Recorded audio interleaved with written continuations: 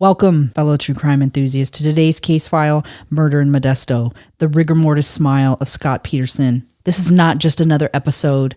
This is the grand finale of a 6-part deep dive, where we've dissected every layer of the enigma surrounding the tragic fates of Lacey and Connor Peterson, and the man at the center of it all, Scott Peterson.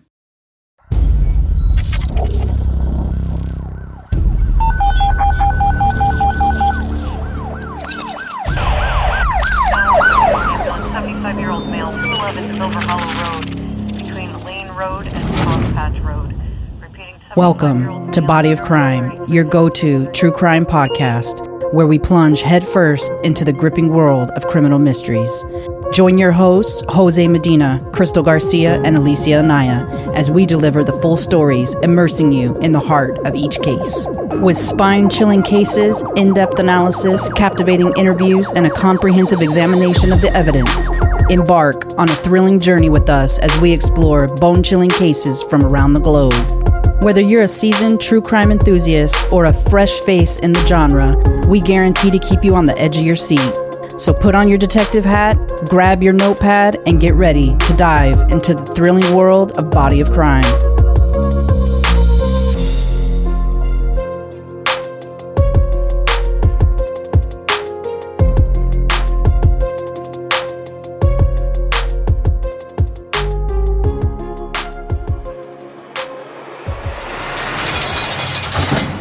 For those just tuning in to the Body of Crime, you're stepping into a narrative that has unraveled the very fabric of a community, exposing secrets, lies, and betrayals that reverberated far beyond the boundaries of Modesto, California. We urge you to trace our steps back through the previous episodes to witness the full, horrifying scope. Without a shred of physical evidence, a narrative emerged stitched together by the threads of circumstantial evidence. Was it enough? A jury thought so, but the court of public opinion remains torn. Is Scott Peterson the cold-blooded killer painted by the prosecution, or is he a scapegoat, persecuted for his indiscretions? December 24th, 2002, Christmas Eve, a day of joy overshadowed by a chilling mystery. Lacey Peterson vanishes, leaving behind questions, fears, and a husband who soon finds himself ensnared in a web of suspicion. Amber Frye's emergence, Scott's confrontations, and the gruesome discovery at the Berkeley Marina. Each revelation turned the screws tighter on a story already teetering on the edge. The courtroom became a battleground. Emotions ran high, alliances shattered, families torn apart. The defense and prosecution locked horns, each vying for the truth or perhaps their version of it. The gavel's final strike sealed Scott Peterson's fate, but the echoes of that decision continue to reverberate. Today, we're taking the plunge, diving headfirst into the abyss of Scott Peterson's psyche. We're peeling back the layers, seeking the man behind the mask, the truth behind the rigor mortis smile. Yet, as we delve deeper, remember, the human mind is a maze, and while we can chart a course, some corridors remain shrouded in shadow. To understand Scott Peterson's mind, we cannot start on December 24th of 2002, the day he killed his wife, Lacey, and dumped her in the San Francisco Bay. We can't start on December 6th, the day that Scott decided to buy a boat. No, we can't even start on November 20th, the day he began dating and courting Amber Frye. We can't even start on October 21st, 1972, the day that Scott Peterson was born.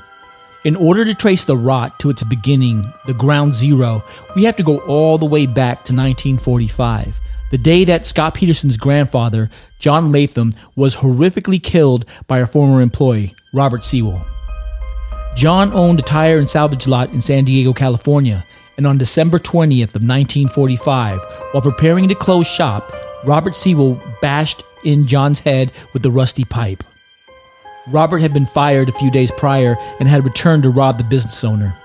He would get away with $600, But 4 years later, he would be arrested and sentenced to life in prison and sent to San Quentin, the same prison that Scott Peterson would be housed in 60 years later.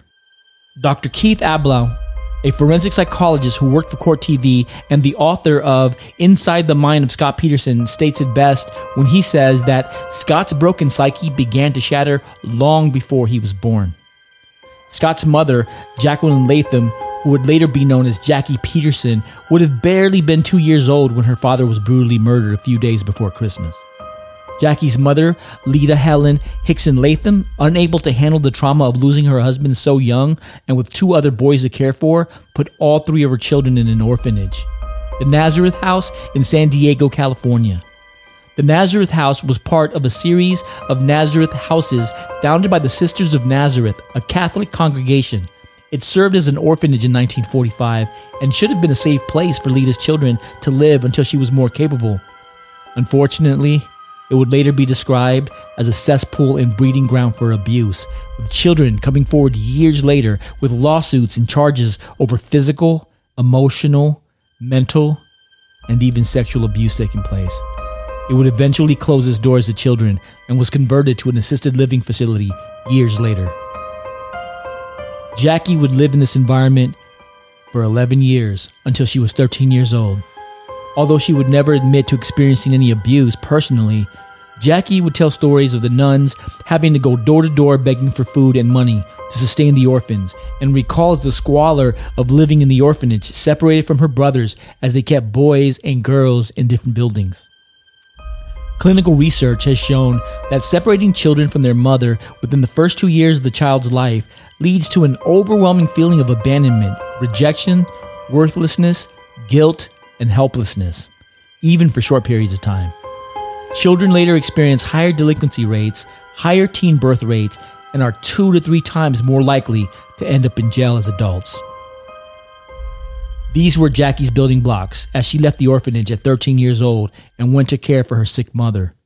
The reunion would be short-lived, as Lita would die shortly after Jackie graduated from high school at only 55 years old. Jackie would find herself abandoned again. This time she would search for the connection and love that she lacked in the arms of men, and became pregnant the year that her mother passed away. On April 2nd, 1963, Jackie gave birth to Don, a son. The baby's father would soon abandon her as well, and not wanting to raise a child on her own, she placed the baby for adoption. Continuing her tumultuous path, Jackie became pregnant in 1964 again, giving birth on July 8th, 1965 to a baby girl named Anne. Her lover, who was already in a relationship, abandoned Jackie, and Anne was quickly placed for adoption. Dr. Ablow highlights the quick succession of adoptions as an indicator that Jackie was not able to connect with the children she was bearing, due largely to her attachment dysfunction that had resulted from her own abandonment as a baby. A year later, Jackie became pregnant a 3rd time and had a 3rd child from a different man, and again she was abandoned. This son, John, she also had planned to give up for adoption, but was convinced by the child's pediatrician that she couldn't keep having babies and giving them away. Although Jackie would keep John, the mother and child would never bond. As John became older, that lack of bonding and emotional connection with his mother would manifest itself in John's behavior as John grew up as a delinquent. When Jackie met Lee Peterson, she would be a single mother, but as they brought their families together, John would be sent away to live with a relative, with Jackie refusing him the ability to return home. Lee Peterson, Scott's father, grew up poor. It is highly probable that poverty had an extremely negative impact on Lee, who would want to elevate his status in life. For Lee, the ends always justified the means, and he was unscrupulous.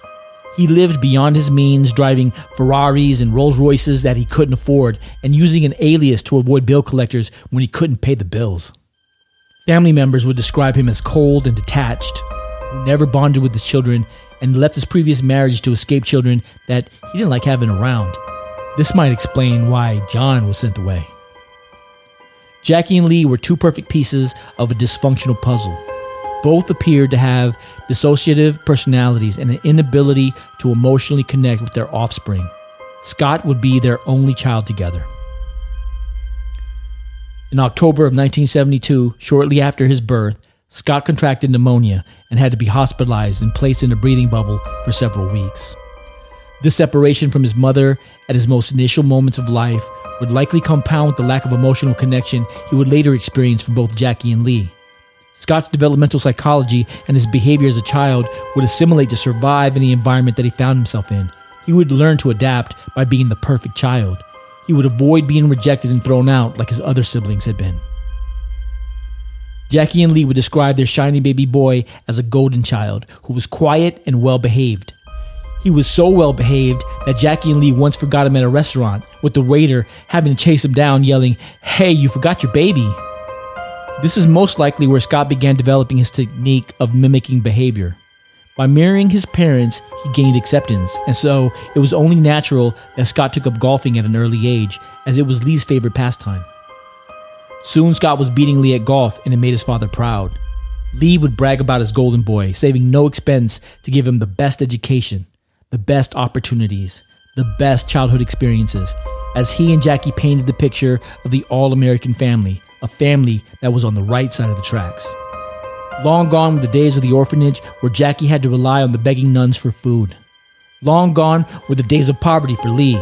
They had elevated their status in the world and now had a golden boy to carry on the legacy. But Scott was living a duplicitous life, and it was already taking its toll on the golden boy.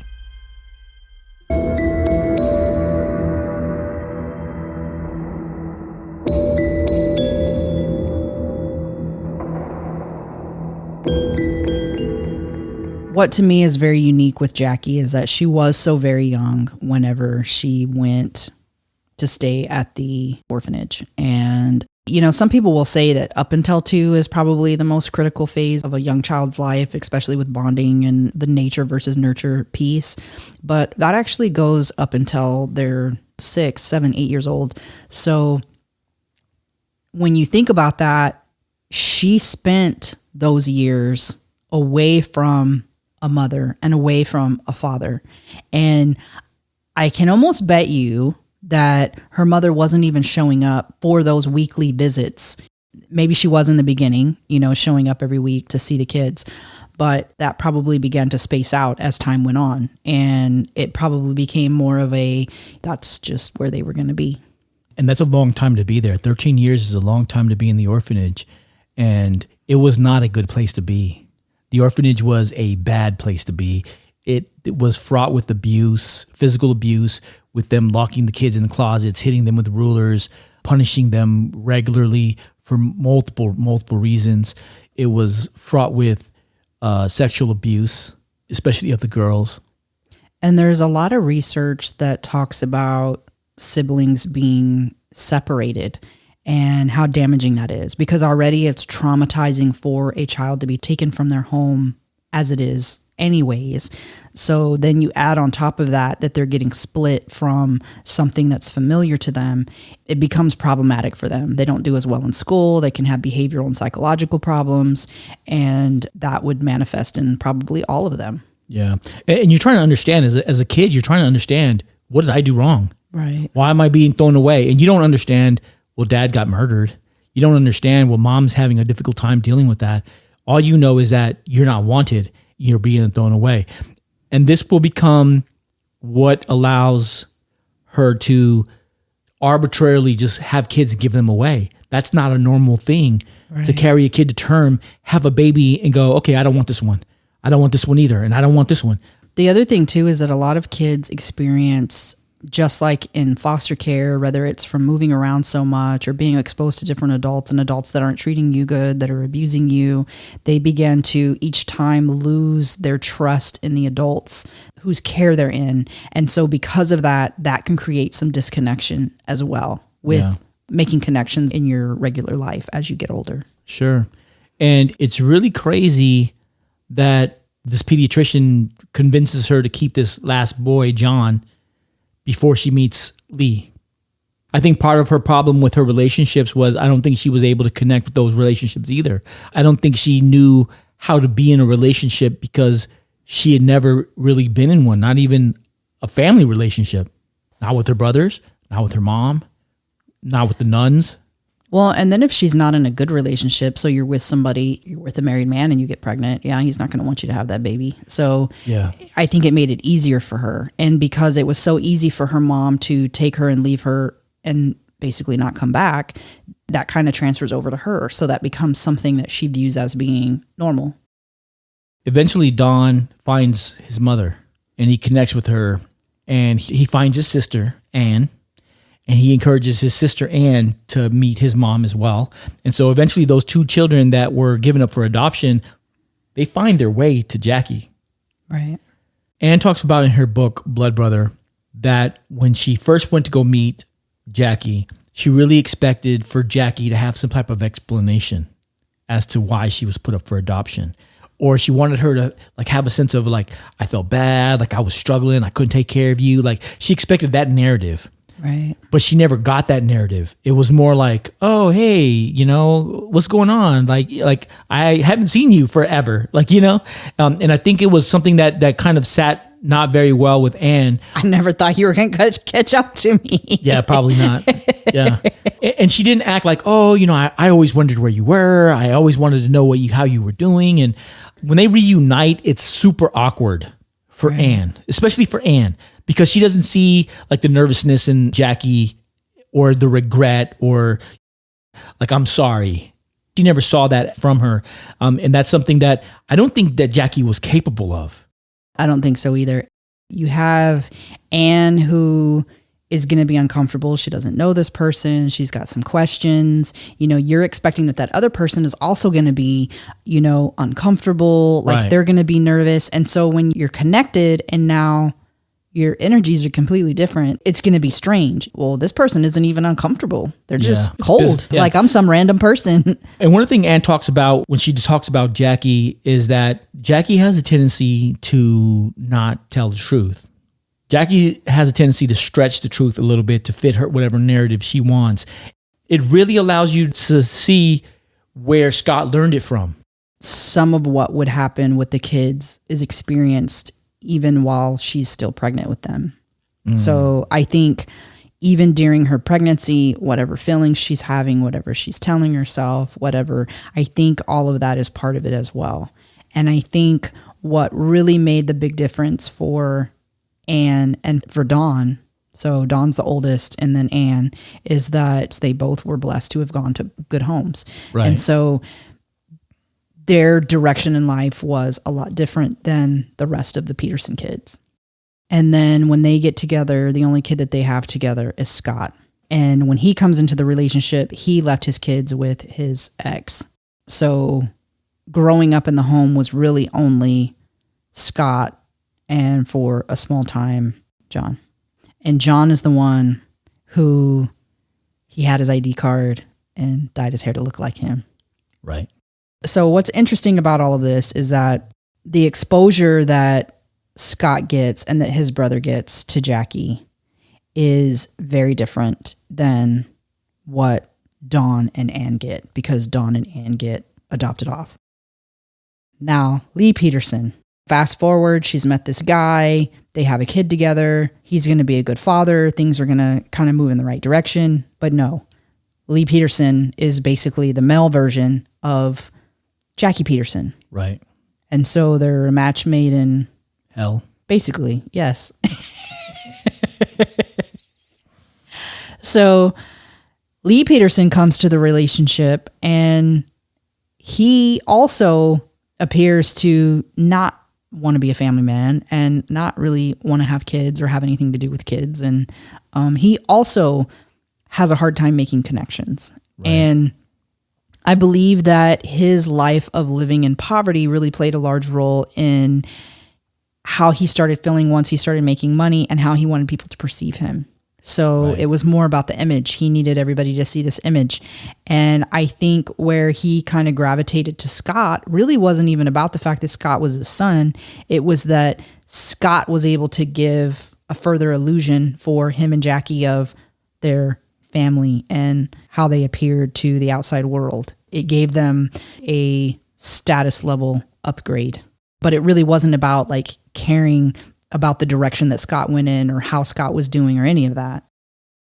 In the Mind of Scott Peterson by Dr. Abelow, talks about how Lee tried to mold Scott into a mini version of himself, like doing the things that I do. He used to take him to work, and he used to have him working at his office, and he would take him golfing. And so he was just making Scott into a smaller version of himself. And I don't think that he really emotionally bonded with Scott, more so as he saw him as almost like a hand puppet. And as long as he did everything that he was told to do, and he didn't cause any problems, and he was quiet, and he did what he was told, and he did it well, he was accepted and he was praised. And that praise becomes what feeds Scott. He became conditioned. Yeah, to that praise. Yeah. When he didn't get it, it bothered him a lot. At the beginning of Scott's life, we see that he's isolated in his air bubble when he gets pneumonia. What do you think the impact of that would be for a baby just being born? How much of an impact would that have on a child? Well, it depends. It depends on how long that separation is and if there's no contact whatsoever. Even with newborns, when newborns are sick and in the hospital, there's a lot of my kids were born premature. And I know that for my oldest daughter, I wasn't able to touch her for a certain period of time because just the stimulation took her heart rate out of range and was dangerous for her. So it kind of depends. But then I had a child who was in an oxygen tent in the hospital, and I stayed the entire time with him in the hospital. And so I was able to take him out for short periods of time and hold him and cuddle with him and feed him and those kind of things, and then put him back in there. And so that allowed for that stimulation, for that touch, for that, for that bonding to occur. But I chose to be there. I wasn't required to be there. I chose to be there. So knowing Jackie, she probably didn't choose to be there. And right. That time you're spending with random people, believe it or not, like there's a lot of research that supports the fact that kids know who their parents are, especially their mom, because they've been in their mom's womb.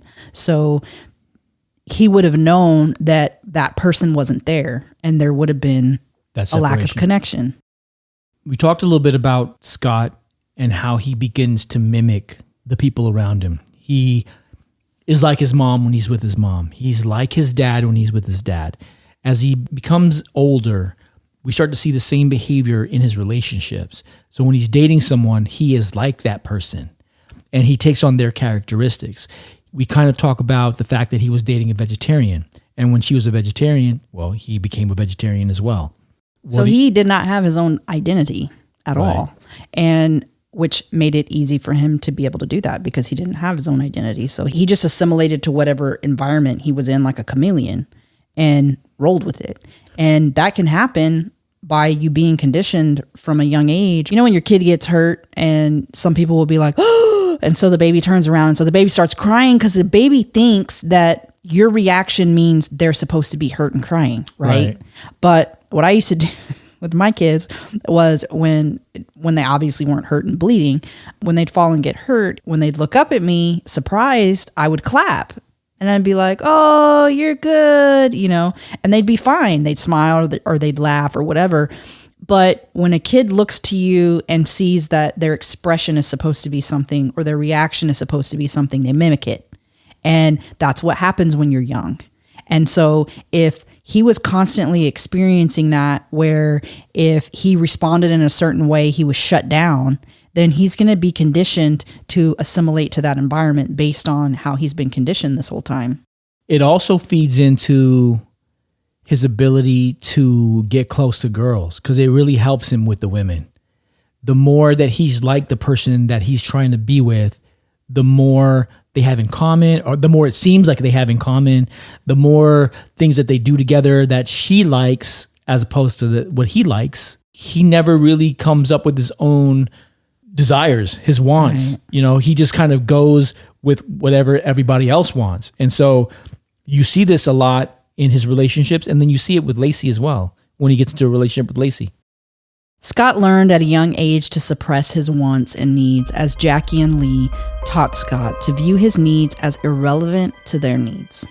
Dr. Abloh describes this indoctrination as a psychological, subtle process that could include something like not feeding Scott when he's hungry and feeding him when he's not, or feeding Scott what he dislikes and not feeding him what he likes, Over time, the child begins to view his wants as irrelevant. Through emotional manipulation, Jackie and Lee could avoid giving Scott affection or even stop communicating with Scott for prolonged periods of time to show their dissatisfaction with his behavior or his performance. This would teach Scott that he could effectively be removed from the family through isolation and solitude. As a result, Scott begins to suppress his emotions. He does this by a thin, grimace smile, a rigor mortis smile, as he describes it to Amber Fry during one of their dates. During the investigation, the smile presents itself every time Scott hears something he dislikes, disagrees with, or doesn't want to acknowledge. It's the same smile that members of the jury will see throughout the trial as evidence is presented. Sharon Rocha describes in her book, For Lacey, of a dinner that she was having with Scott and Scott's parents before the two families became adversarial. At this dinner, Jackie was complaining about Scott not allowing them to stay at his house and instead insisting that they remain at the Red Lion Inn. Jackie made a comment mocking Scott about needing his privacy. This irked Scott, who looked at his plate and smiled, without responding to his mother's poke. Sharon could sense he was annoyed. This was a typical interaction between mother and son. Lee would say that his son was being targeted because he didn't show emotion. But the reality is that Scott could not show emotion, not real emotion. He had always been forced to hold it internally behind his rigor mortis smile. Because Scott had spent his entire life mimicking those around him, he did not have a sense of self. His sense of self was driven by the praise and admiration of those around him. His family calling him a golden boy, his high school recognizing him as a golf champ, girls finding him attractive. As a result, he had no internal drive or pursuit of ambitions. Everything was based on those around him. This becomes evident when he decides to go to Arizona State University to pursue a pro golf career. This is not something that he particularly wanted, and as a result, when he gets to Arizona, he doesn't make the team, and unceremoniously, he returns to California. While in Arizona, he told Lacey that he had lived with an older woman. She would have been in her upper 20s to early 30s. His half-sister, Ann Bird, would write in her book, Blood Brother, that Scott had impregnated a girl in Arizona and Jackie had flown there to assist with the girl getting an abortion. It is unknown if Scott had wanted to keep the child or not, but it was evident that Jackie was not going to let her golden boy father a child out of wedlock. It would sully the image that the Petersons were building. It is highly probable that Scott had been conditioned throughout his young life to view pregnancy and childbirth as a negative experience. After all, his mother had 3 negative pregnancies, 2 of which ended in adoption. His father didn't like kids, resulting in a divorce, and Scott had participated in the abortion of his own child. All the ingredients for what was to come. His mimicking behavior carried over into his relationships as Scott became the perfect courter. Red roses became his calling card to the women who he would woo. He would tell Sean Sibley, Amber Fry's best friend in Anaheim, that he had dated a girl in college in San Luis Obispo for 6 months who had been a vegetarian. As a result, Scott had become a vegetarian during those 6 months as well. The day the girl got on a plane and left upon graduation, Scott went straight to a burger joint and ate a hamburger. When he began dating Lacey, who loved wine and eventually worked as a wine distributor after graduation, Scott became an expert in wine. Lacey loved to cook and was a Martha Stewart superfan, with Lacey even taking cooking courses in Italy. Scott mastered the kitchen and became a fantastic cook. When he began dating Amber, who was a devout Christian, Scott took to the Bible, reading verses to Amber, adding God to his vocabulary in discussion with Amber, and even ordered a fake degree for theological studies a week before Lacey's disappearance that detectives found in his home. Scott's primary vice was his need for praise, and this presented in him chasing women constantly. He flirted with the bartender at his wedding. He cheated multiple times while in college with multiple women. He would tell his sister Ann Bird that he had multiple one-night stands and that he was a member of the Mile High Club twice. And he would have an affair with Amber Fry. None of this was about sex for Scott. It was about praise and recognition. By bedding these multiple women and getting them to accept him, he was valued, he was accepted, he mattered, even if just for a moment. To be everything to everyone, Scott couldn't be anyone at all. And so Scott was void of his own persona. Scott was no one.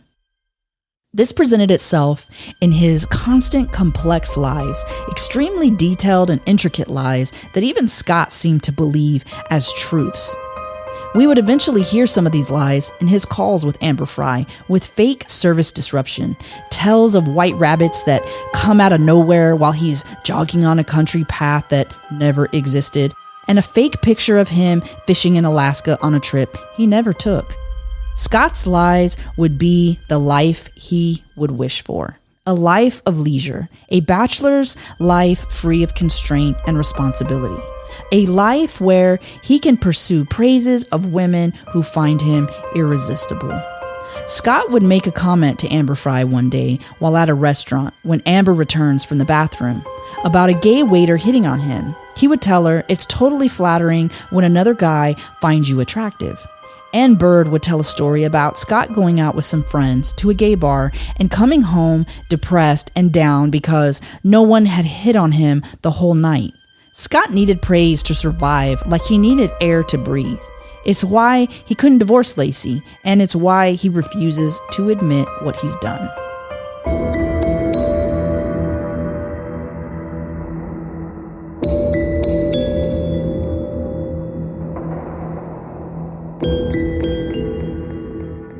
If this truly is who he is, then even in a work setting, he's going to be that employee who's constantly seeking that praise, even when he's really not doing much of anything. He's wanting to be praised for not even going above and beyond, but just doing the bare minimum. But also, he has a pattern of lying just like his mother. He's been doing it for so long that he's quick with it. It's like a quick comeback. So reflex. Yeah. The problem with his lies is they're not just regular lies. It's not like a lie where you go, hey, I went running when I didn't go running. No, his lie is like, I went running and I saw a deer and it almost hit me and I jumped out of the way. And, his lie is very, very complex. With him, I think there's an extreme in that he can do it so easily. It's not something that he really has to think about or stress about. Like, it is instinctual for him. The other thing is that he's not worried about being caught because he doesn't have any remorse. He gets caught in college cheating and his response is, sorry, deal with it. That's basically his response. And when he does get caught, like for example, on his graduation, Lacey shows up and puts a lei around his neck and he's sitting next to the girl he's been dating. And she kisses him. And so this girl's like, wait a minute, I thought I was your girl. And Scott has no reaction. He has no explanation. It's just normal. Because he's acting like she ain't there. Well, in his mind, she doesn't really matter. And which is what he's been learning. Yeah. Yeah, absolutely. It does make him the perfect courter because he can lie so well and he pretends to be what everybody wants him to be. And he knows these girls want the red roses. They want the wine. When he goes out with Amber, he puts a strawberry in her glass and fills it with champagne. And she's, oh, this is so beautiful. And it's a fantasy that he's fulfilling based off of what he thinks she wants. And when she tells people about Scott, people think he's too good to be true. And that's a flag. It is a flag. I would think it's funny. It's a flag. It's definitely a flag. He is definitely the perfect chameleon. What do you think about his whole comment about the gay guys finding him attractive? What's your thoughts on that? I think he had a low self-esteem when he didn't feel like he was being hit on. To him, that was they're not finding me attractive. And why are they not finding me attractive? Like, I thought I was attractive. And so I think it bothered him. Yeah, it's rejection. But the truth is they probably looked at him and were like, he's totally straight. Yeah. Ain't hitting on him. It was probably something completely logical, but he took it very personal. Yeah. Yeah, I think so too. It was a form of rejection for him. When he turned 30, he didn't want to celebrate his birthday because he was going through this whole midlife crisis. He told Lacey he was having a baby and he was turning 30. And I think it was because he was feeling like as he's getting older, he was losing that allure of that shiny young guy who's just attractive to all the girls and all the girls want him. And I think he was feeding off of that. And that was important to him. And he was going to lose that. With Scott craving praise from anyone who was willing to give it, and transitioning from a male copy of Lacey to a male copy of Amber, as he begins to fall in love with Amber, we're forced to look at the psychological factors that would allow Scott to cross the line of human decency and commit a heinous crime like murder. In analyzing Scott's psyche, we use Dr. Jim Fallon's trifecta of diminished frontal cortex activity, a cocktail of the warrior DNA genetics and historical trauma as key ingredients to drive someone to murder, as factors for the proper ingredients to make a killer. To effectively disassociate and present with such complete lack of empathy as we experience with Scott, who we hear romancing Amber a day after Lacey's disappearance, there's a high probability that Scott has a diminished frontal orbital cortex. Although his brain hasn't been scanned to determine this, it's highly probable. We can also agree that Scott potentially has some of the warrior genes in his genetic makeup. These genes are transferred to boys from their mothers, and Jackie appears to have a callousness and a lack of empathy based on her life decisions.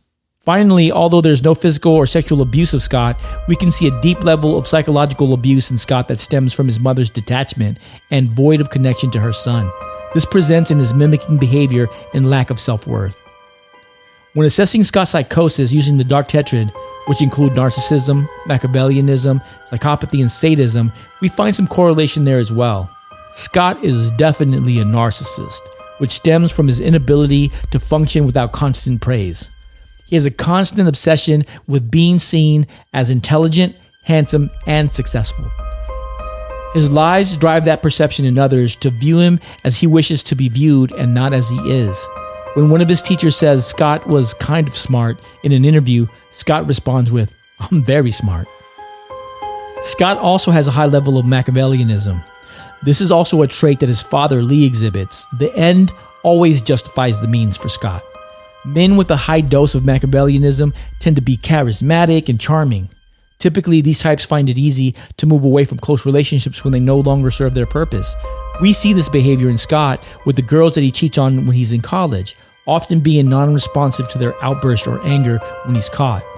He easily shifts away from Lacey as he focuses his affection on Amber. Scott is psychotic and displays psychopathy, not only in his decisions, but also in his behavior. This antisocial disorder often presents as an overwhelming calmness in the face of high-pressure situations.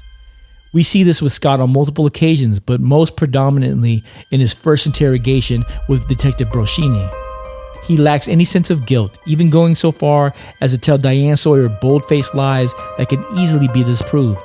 And he is extremely dishonest and potentially a pathological liar, lying about the mundane, even when the lie serves no purpose. Where Scott is found lacking is in the sadism personality disorder. His lack of sadism may be largely due to a lack of exposure to violence growing up. He doesn't display any factors of this disorder, and may be why he chose a soft kill method for Lacey's murder over a violent act. This would explain his comment to Diane Sawyer where he exclaimed, "Violence against women is unapproachable." I think everybody sitting at home wants the answer to the same question. Did you murder your wife? No, I did not. And I had absolutely nothing to do with her disappearance. And use the word murder, and yeah, I mean, that is a possibility. It's not one we're ready to accept, and it creeps in my mind late at night and early in the morning. And during the day, all we can think about is the right resolution is to find her well. But as you know, increasingly, in the public, suspicion has turned on you. Yes, definitely. Did you ever hit her? Did you ever injure her? No. My God, no. Violence towards women is unapproachable. It is the most disgusting act to me.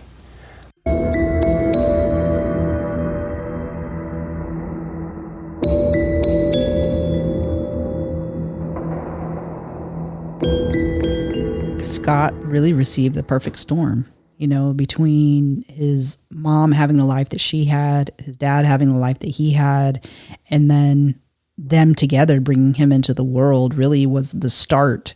So when they talk about him being this person long before or developing into this person long before, that's accurate, because he didn't become this monster after he married Lacey. No, he was becoming this monster long ago. So I feel like it was a recipe that was watered and fed, and it grew. I think it took root and it was rotted, and it just continued to rot away. I think it's really hard sometimes because people assume that abuse is going to look a certain kind of way. Here you see Scott, who is pretty much pampered. He's pampered physically. He's got the best schools. He goes on the most vacations, lives in the biggest house. But the psychological abuse that he gets from his mom and his father is enough to push him over the edge. And people assume that when somebody has money, like, oh, you're born with a silver spoon and you've never had to go through anything bad and you've never had to experience anything bad. Like, I grew up in this bad area. But what you don't understand is that you could have grown up in a bad area, had an amazing family, had a very loving family, had a very close-knit family. And then you have this kid who's raised in a very wealthy family who has no connection with his family or her family, who has no stimulation of anything positive. And so they're different lifestyles, but you're receiving different things. Your environment might be different, but your connections and people in your village could be the same. The sadism is the only thing that I haven't been able to recognize in anything that I've read, that I've researched, where I see anything, honestly, even remotely, that really shows any type of sadistic behavior of his. Like you said, I don't think that he really had that. I don't think he was exposed to that. I don't think there was abuse between Jackie Peterson and Lee Peterson. There wasn't abuse there between them two. I just think there was no connection, no emotional connection. And it wasn't a home where emotions were okay to have. Yeah. It was a home where emotions needed to be suppressed.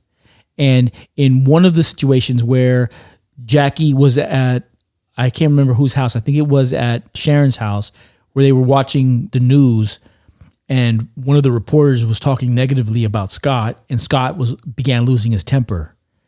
And Jackie quickly said, "Scott, you need to calm down." And Scott immediately stopped and sat down. So that's very telling of what his childhood probably was like. Right. And when you think about that, so you kind of paint a picture of what's happening with him, with his mom as an adult. As a child, when you don't allow your children to express themselves, obviously you don't want them to do anything drastic, but it's part of learning who they are. It's part of developing your sense of self. It's part of developing your ability to make critical decisions and those kind of things. And so when that process is interrupted, then there's going to be a disconnect. Let me ask you, he's so good at mimicking. Why do you think he has a hard time pretending the emotions to Miss Lacey and Connor? You hear about him crying to Amber when he tells him about his wife is lost, when he's faking it on the 9th of December. And he breaks down crying, and she's saying he can't barely breathe. He's sobbing and he's in tears and the snot's running out his nose. Like, why can't he have that emotion about Lacey and Connor, but he can pretend to have it with Amber? I don't think that he's attempted to try to spin that scenario before. So I think that was difficult for him. It's like playing a role that you've never played before. You're used to playing funny roles, and now you're playing a serious role. A lot of times as viewers, we'll see that and be like, meh, he ain't cut out for this role.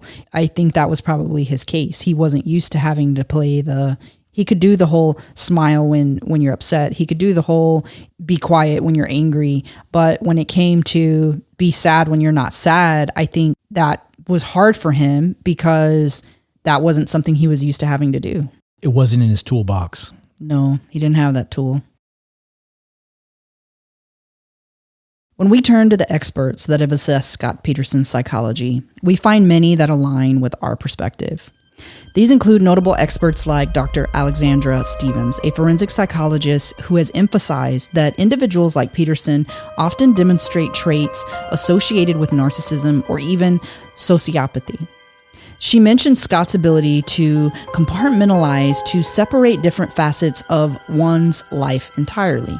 Dr. Alexandra Stevens is no stranger to the labyrinth of the human mind. With over 15 years diving into the psyches of some of the most perplexing individuals, she offers a unique lens to understand Scott Peterson. When discussing the potential traits of narcissism in Peterson, Dr. Stevens points to several indicators. She describes the narcissist's need for admiration, their sense of entitlement, and a lack of empathy.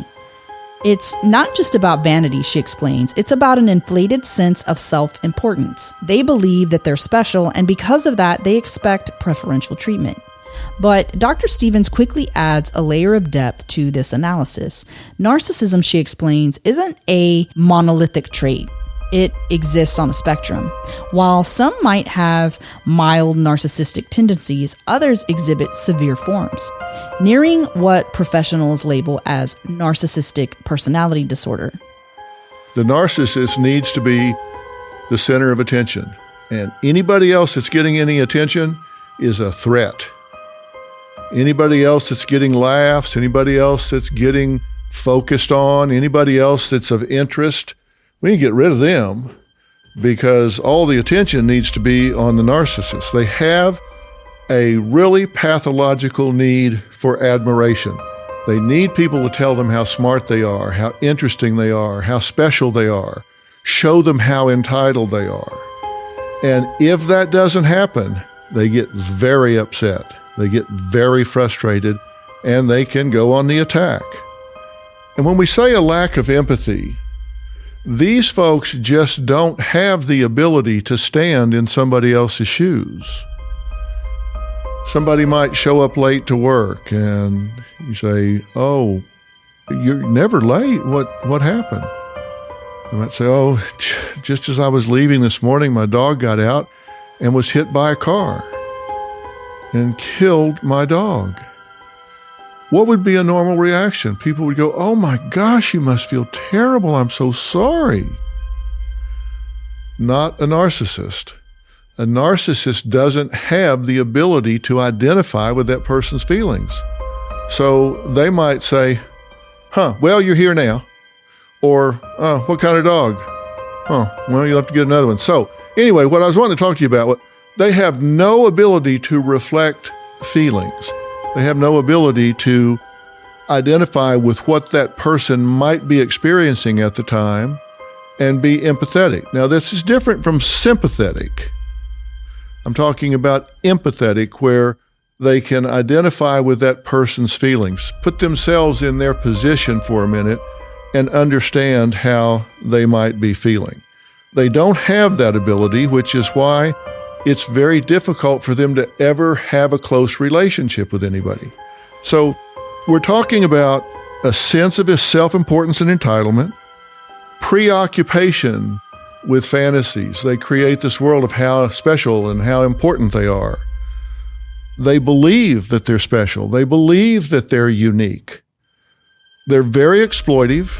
They're very arrogant.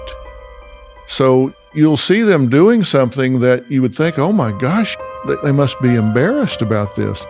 They don't read the room. You might see them saying or doing something that anybody would be embarrassed to say or do, and everybody in the room's rolling their eyes. The narcissist doesn't see that because they don't read the room. They're not interested in anybody's opinion. They just want to know that they're the focus of attention, and they assume everybody thinks they're as special and unique as they think they are.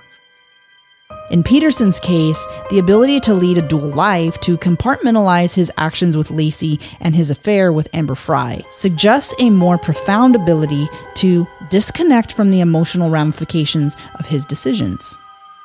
However, Dr. Stevens also warns against hastily boxing Peterson into a neat category. The human psyche, she reminds us, is multifaceted. Sociopathy, for instance, is another area worth exploring. Sociopaths often lack remorse, can be incredibly charming, and are master manipulators. But she emphasizes the danger of diagnosing from a distance.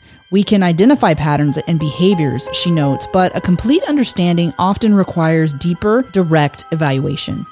In essence, while the glimpses into Peterson's life provide telling clues, Dr. Stevens' insights remind us of the vast complexities of human behavior, a tapestry woven from biology, upbringing, environment, and personal choices. And in that intricate weave, the search for clear answers continues.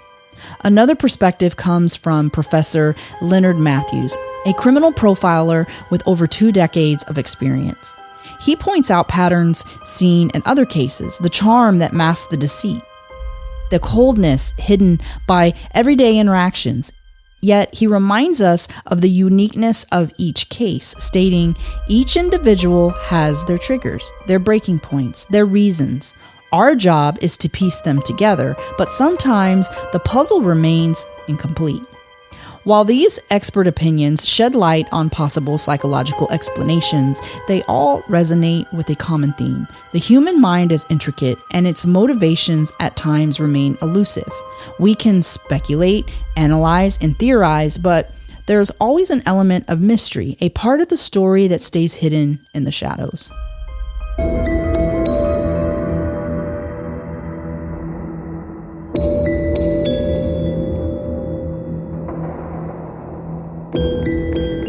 As we try to understand the psyche of Scott Peterson, it becomes almost instinctual to compare him to other notorious individuals who've captured the public's attention.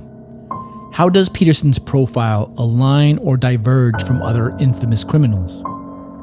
First, there's Ted Bundy, charismatic, educated, and to many, the epitome of the guy next door. Like Peterson, Bundy's charm was a mask, concealing a depth of darkness that few could fathom. Both men seemed to live dual lives, masterfully maintaining a facade while harboring sinister secrets. But while Bundy's crimes were more numerous and violent, the psychological dance of deception bears an uncanny similarity, with Bundy being more sadistic and brutal in the execution of his crimes. Then there's Chris Watts, a more recent name. Like Peterson, Watts was a family man, and eerily, Watts too eliminated his family in the pursuit of a new life with a mistress. The media drew immediate parallels between the two, highlighting the chilling calm both displayed in the aftermath of their heinous acts. But, as Professor Leonard Matthews reminds us, while parallels exist, each criminal possesses a unique psychological blueprint. Some might be driven by impulse, others by meticulous planning. Some seek notoriety, while others wish to fade into obscurity. What ties them together is often a combination of narcissism, Machiavellianism, psychopathy, and sadism, allowing them to detach from the moral compass that guides most of society. In comparing Scott Peterson to other criminal profiles, we're not seeking to rank or categorize evil. Instead, we aim to understand the broader tapestry of human behavior, how societal pressures, personal choices, and psychological traits converge all together, pushing some to the very fringes of humanity.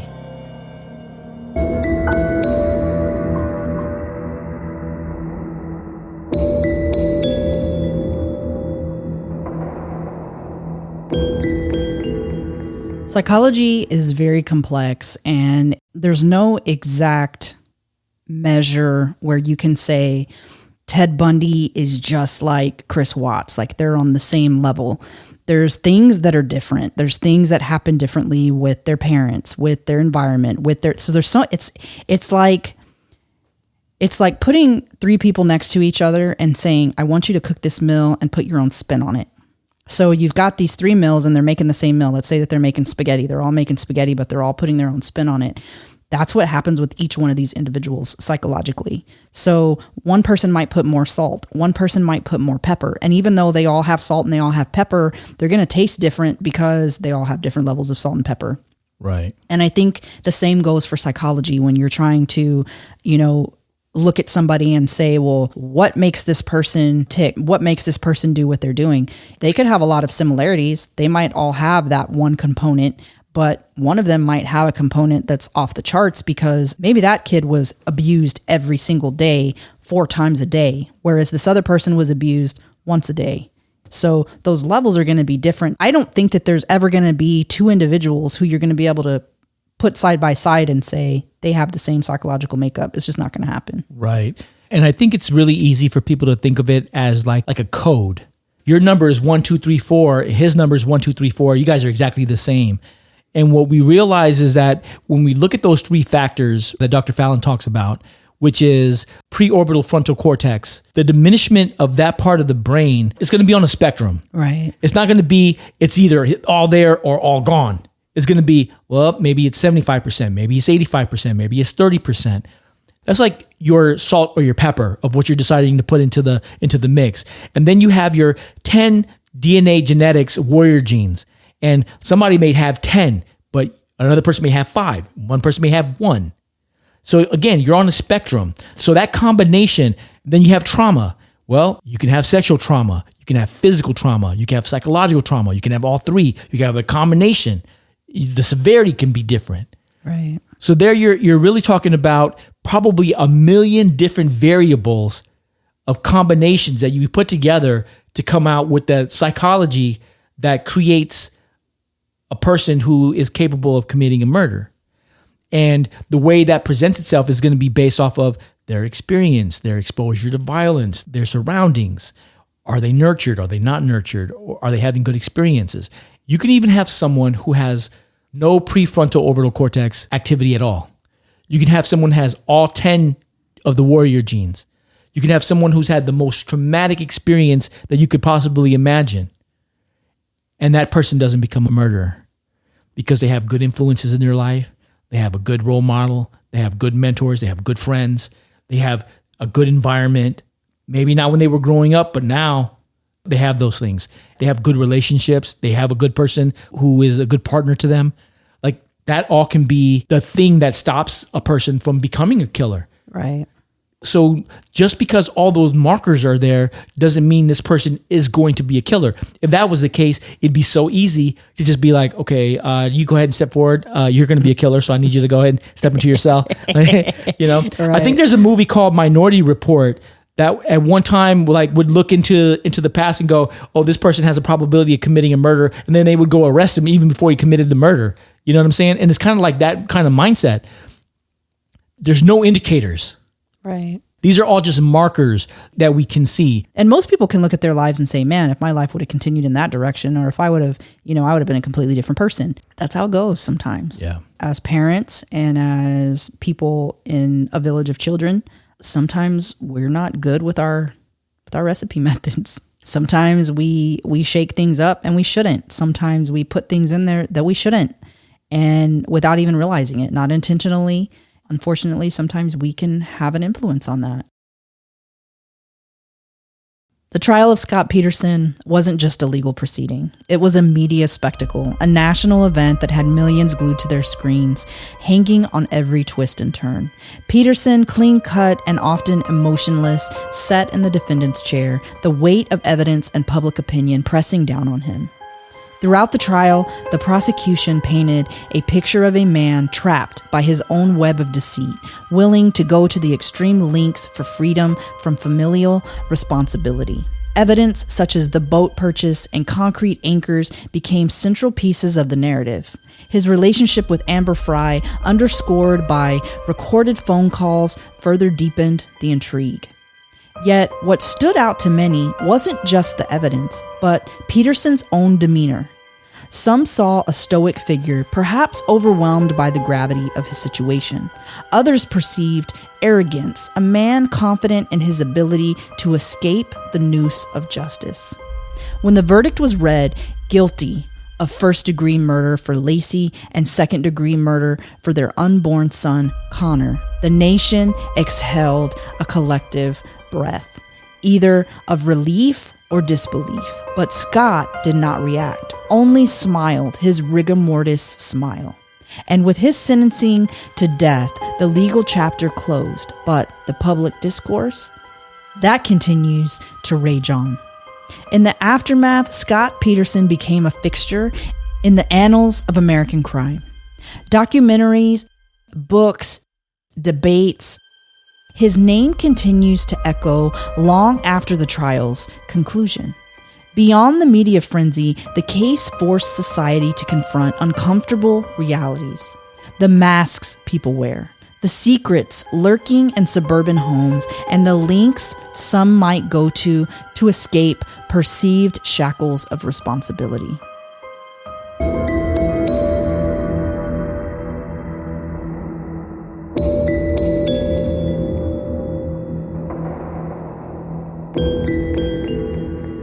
Part of Scott's downfall, especially during the trial, was his lack of emotion, especially when it came to testimony from Sharon Rocha, who he called mom, from family members who talked about, when they presented evidence like the remains of Connor and Lacey, like he was stoic, no emotion. And that really seemed cold when everybody else in the courtroom is crying. And you can't turn around and say Scott couldn't show emotion, because when his father took the stand in his defense during the sentencing phase, he cried openly, weeping. He also cried when his mom took the stand, not as much as his dad. I think he really was more connected to his dad than to his mom. But he cried because they were saying, I'm proud of Scott. I love Scott. I look up to him. That was his Achilles heel. I know it was. He had the emotion in him. It just needed to be touched the right way for him to have an emotional reaction. But he never showed that reaction for Lacey or for Connor, who he purported to love. And so what it shows is, one, it gives the appearance that the only reason that you're upset is because obviously you've disappointed your family. Right. You're now no longer the golden boy. Right. But it also shows, I often tell people that a lot of times we tend to humanize murderers and killers and serial killers, and we come up with all these reasons of why they've become who they've become, and we humanize them. We make people feel bad for them and make excuses for them. But then when we talk about the victims, we often glaze over them, and so it almost dehumanizes them. And so in Scott's case, when he's being stoic, and that's what people are seeing, it gives the impression that he isn't impacted by the humanizing of a victim. Right. And it isn't just any victim. This is somebody that you have said that you love. This is your spouse. This is your unborn child. And so by him not having those emotions, he's not impacted by that humanization that everybody else is experiencing, which he should already have, because this is somebody who's connected to him. Because Scott was never allowed to express emotion, and he never really had his own personality, I don't think he had a playbook for how to respond in that particular environment. And so when he's being questioned by Detective Broschini, and then he's asking him questions, he don't know when he's supposed to be angry. He doesn't know when he's supposed to be, because he's not angry. He's really not angry. When he becomes angry, he acts angry. And you see that when the reporters are coming to his house and they piss him off, and he reacts to that in an angry kind of way. But when he's being questioned and he's talking to reporters, and he doesn't know the emotion that's supposed to go with his response. And so because he doesn't know the emotion, you get the blank stare and the rigor mortis smile. He doesn't know how to react to it. The other thing too is that I think because he's so good with his lying, that when he's asked questions that a normal person, like something small that really catches people up is when you make comments like she was, and those were things that he was doing, or saying the house instead of our home, or, and it's because he's so used to those elaborate lies that he would tell that he wasn't ready for telling something that needed to be believable. Those are psychological slips that are subconscious. Yeah. It takes a lot of energy and a lot of focus to be consistent. When you're telling a lie, it's hard to remember all the aspects of those lies. And when you know the truth, it's hard for your brain to keep that stuff together. And that's why you use the wrong tenses. And the other thing too is that something that can trip people up when they're trying to lie is that when somebody's trying to keep a lie straight, they're constantly thinking about what their answer is going to be. So when you ask this, is what I'm going to answer. But if you say something that's triggering to them, then it interrupts that pattern of them thinking of what they're going to say next. And so a lot of times that's when something will come out as well that they haven't prepared themselves for. And so it comes out obviously not how they want it to come out. Yeah. And the way that a liar will counteract that is they'll repeat your question. They'll say, you want to know where I was? You want to know what I was wearing? To give themselves time. Yeah, because now they've got to change course. They got to remember the lie and make sure that whatever they say next is in alignment with the story of how it's been going. So it really causes you to do some mental gymnastics. Right. And the other thing too is that, like in his interview with Diane Sawyer, when he made the comment about how he had watched all the stuff about, guys who kill their wives, you basically just told everybody that you've looked all this stuff up. And so you know how you're supposed to respond. You know what people expect. Why were you doing that? And I think another part of his mistake in that conversation too is when he said, you say murdered, and that's a possibility. And I think about that late at night. And then he realized, well, shit, I should have been thinking about this the whole time. And I think about it in the morning, and I think about it in the afternoon. Well, so always, right? So you always think about it. But you could tell that wasn't what he was going to say. Right. Because that's not what the reality was. The reality is that he doesn't think about it at all through the day because he's calling Amber. Yeah. And at night, when he's getting ready to go to bed, he's thinking about it. It's a little slip of the truth that comes out in his BS. And so it's very, very telling. Very telling. As we conclude this deep dive into the life and psyche of Scott Peterson, we're left with more than just facts and timelines. We're confronted with the unsettling truth about the human condition and its capacity for duality. People, even those we think we know, often harbor depths that remain unseen and misunderstood.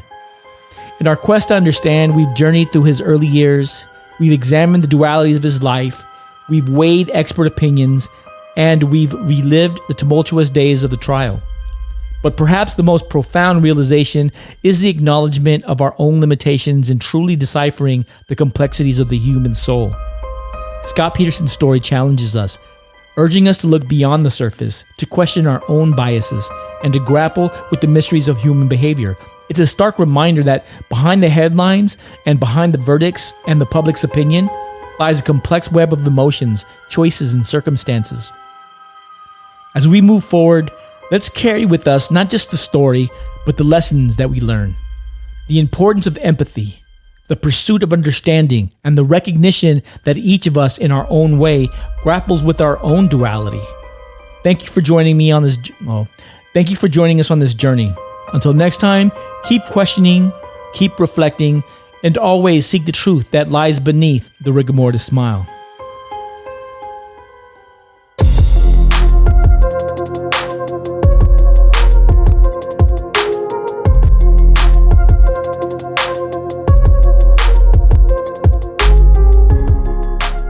And that's a wrap on today's investigation, fellow detectives. If you found this episode both enlightening and captivating, then please subscribe to our podcast show and our Patreon. Leave a review and hit that like button. Share our podcast with others and engage with us on our website and social media platforms. You can find us on all major podcast platforms as well as our website at www.bodyofcrimepodcast.com, where you can access all of our episodes and bonus content, including valuable resources. By expanding our community, we believe we can make a greater impact in our pursuit of truth and in shedding light on crucial cases. If there's a case that you'd like for us to cover or a personal story you'd like to share, please don't hesitate and contact us through our website. We always welcome your feedback and suggestions. Until next time, stay sharp, and thank you for tuning in to the Body of Crime podcast. Bye.